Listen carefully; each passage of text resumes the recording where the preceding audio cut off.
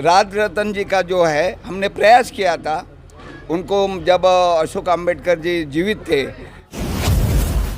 यानी उनकी तरफ से जो प्रयास हुआ था कि राज रत्न जी को ही मतलब ट्रस्टी बनाया जाए, और हम सहमति भी थे। लेकिन उनकी जो इच्छा जो है इतनी ज़्यादा बड़ी हुई थी, 7 में से 4 ट्रस्टी की वो डिमांड कर रहे थे।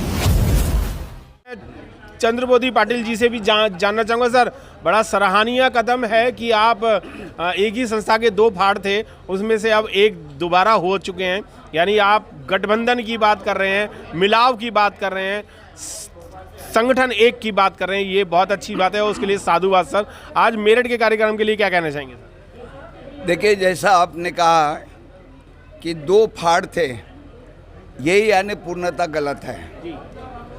मैंने जैसा कहा कि दी बुद्धिस्ट सोसाइटी ऑफ इंडिया, जिसकी स्थापना बोधिसत्व डॉक्टर बाबा साहब अम्बेडकर ने की थी, ये समाज हित में की थी, समाज के लिए की थी, कोई परिवार के लिए नहीं था।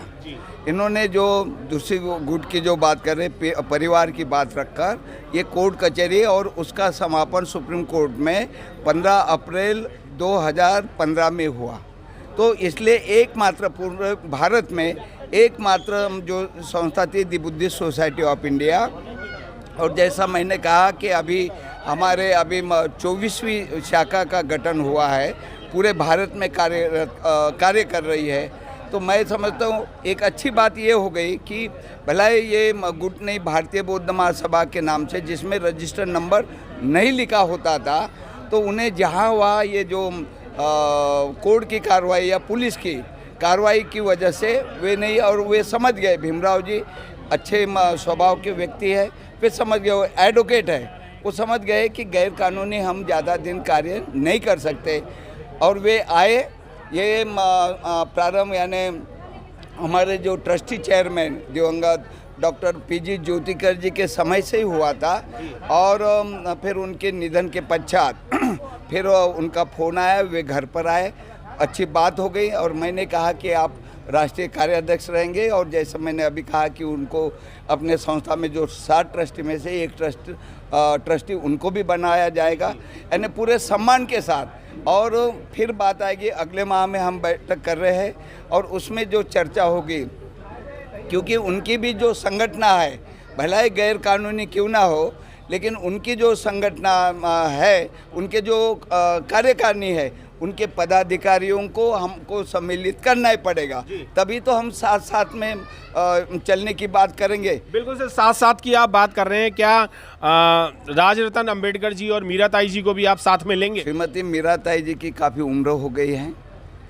और उन्होंने यानी माननीय भीमराव अम्बेडकर जी को राष्ट्रीय कार्याध्यक्ष बनाया है, तो उम्र की वजह से वो ज़्यादा बाहर नहीं निकल सकते। और जैसे वो राष्ट्रीय अध्यक्ष जैसे लिखते, अब वे अपने साथ आए, हम उनके साथ नहीं गए, वे हमारे साथ आए, और जब उन्होंने माना कि आप राष्ट्रीय अध्यक्ष हैं और हम आपके साथ काम करने को तैयार है, तो मीराताई जी का कोई सवाल नहीं आता। और राज रतन जी का? हाँ, बिना कोई काम किए, ना वो बुद्धिस्ट सोसाइटी के सदस्य थे, ना उन्होंने कभी कार्य किया है। वे तो भारत मुक्ति मोर्चा और वामसेप में वो कार्यकर्ता थे, एकदम से आए पिता की वजह से। हमने फिर भी सम्मान देने का प्रयास किया, लेकिन राज रतन अम्बेडकर की इनकी इच्छा इतनी आगे बढ़ी हुई है, वो इंटरनेशनल हो गए हैं और हमारे साथ में नहीं आएंगे। सर, ये बात तो है 2 या 3 या 4 साल पुरानी है। हाँ। जब साहब जिंदा थे, उनके पापा जी जिंदा थे, क्या दोबारा आपने बातचीत करने की कोशिश की है? नहीं, अच्छे काम के लिए तो कोई भी पहल कर सकता है सर। देखिए, जो पहल हुई थी, अगर उनके माध्यम से, जैसे भीमराव अम्बेडकर जी की बात हुई थी, तो उनके जो कार्यकर्ता थे, कार्यकर्ताओं ने हमसे संपर्क किया और हमारी बैठक हुई। उनके जो भी कार्यकर्ता, वो तो अकेले हैं, उनकी कोई कार्यकर नहीं। जैसे भीमराव अम्बेडकर या मीराताई जी की पूरे भारत में पूर्व से ही यानी कार्य, ठीक है, गैर कानूनी भी क्यों ना हो, लेकिन उनके कार्यकर्ता थे। राजरत्न अंबेडकर के नहीं, सिर्फ भाषण के लिए वो जाते हैं, उनकी राष्ट्रीय कार्यकारिणी या कोई ऐसे स्टेट की कार्यकारिणी ऐसी नहीं है। अकेला व्यक्ति और जहाँ वहाँ वो पैसे की डिमांड करता है, मैं यूनिवर्सिटी बनाऊंगा, ये बनाऊंगा, ठीक है, वो उसका काम वो है। लेकिन अगर कोई मध्यस्थता करता है, समझ रहे ना, अभी हमारे पास ट्रस्टियों की कोई स्थान उपलब्ध नहीं है, 7 ट्रस्टी फुल हो गए हैं। अब हम अपने स्कीम में भी उसमें कुछ मतलब बदलाव लाएंगे, 7 की जगह हम 15 की बात करेंगे। उस समय में हम उनको सम्मिलित करने का प्रयास करेंगे।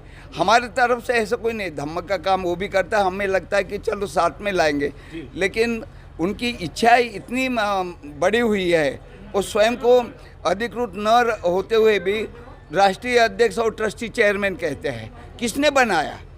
उन्होंने जो चेन रिपोर्ट दी, 6 लोग हैं, 6 लोग मुंबई के, तो उसमें से 3 लोग उनके परिवार के, उनका भाई, वे स्वयं और उनकी माता जी, ऐसे 3 लोग। तो ये कोई संस्था यानी परिवार की नहीं है।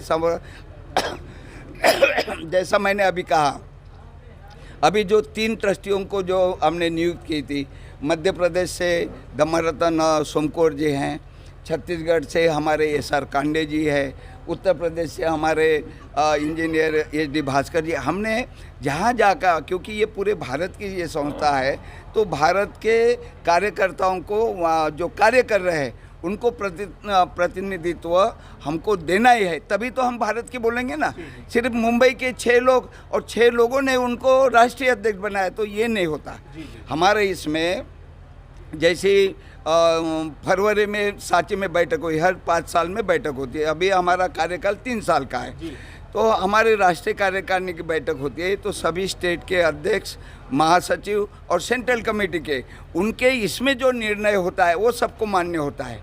ऐसा नहीं कि अपने कमरे में बैठे, उनके घर में बैठे और 6 लोग दस्तखत कर रहे हैं और वहीं से मतलब चैरिटी में दे रहे, तो ऐसा कोई कायदा नहीं बोलता। और ये कोई बुद्धिस्ट सोसाइटी का कार्य मैं नहीं मानता, लेकिन वो ठीक है, जहाँ वहाँ जाता है, पैसे की डिमांड और बाबा साहब का पंतु करके बैठा है। आज आपके समक्ष बाबा साहब के असली वारिस को हमने यहाँ पर लाया और उनके साथ हम कार्य कर रहे हैं सब मिलकर। और जैसी उनकी मंशा है कि 2025 में हम करोड़ों की संख्या में हम बौद्ध धर्म की, तो ये प्रचार यानी पूरा, यानी जितने भी हमारे संस्था के पदाधिकारी हैं, शाखाओं की है, तो वो शाखाओं के लोग इसमें तन मन धन से कार्य करेंगे। सब प्रचार में सब युवा भी है, बुजुर्ग भी है, अनुभवी भी है, सबको साथ में लेकर, सबको साथ में लेकर ये बौद्ध जो बाबा साहब की मंशा थी, संकल्प था भारत को बौद्धमय करने का, वो पूरा करने का हम प्रयास करेंगे। और आप हमारे साथी हैं। बहुत बहुत धन्यवाद यूट्यूब को, UTV को, जो आप जगह जगह हमारे साथ आके, आप चंद्रपुर में भी, नागपुर में भी जो हमारे कार्यक्रम का लाइव किया था, मैं आप दोनों को बहुत बहुत बधाई करता हूँ। जय भीम, नमो बुद्धाय। अब जो है दी बुद्धिस्ट सोसाइटी ऑफ इंडिया जो है उसने कमर कस ली है और पूरे भारत को बौद्ध में करने के लिए लग गए। मेरठ से मिलेंद्र गौतम।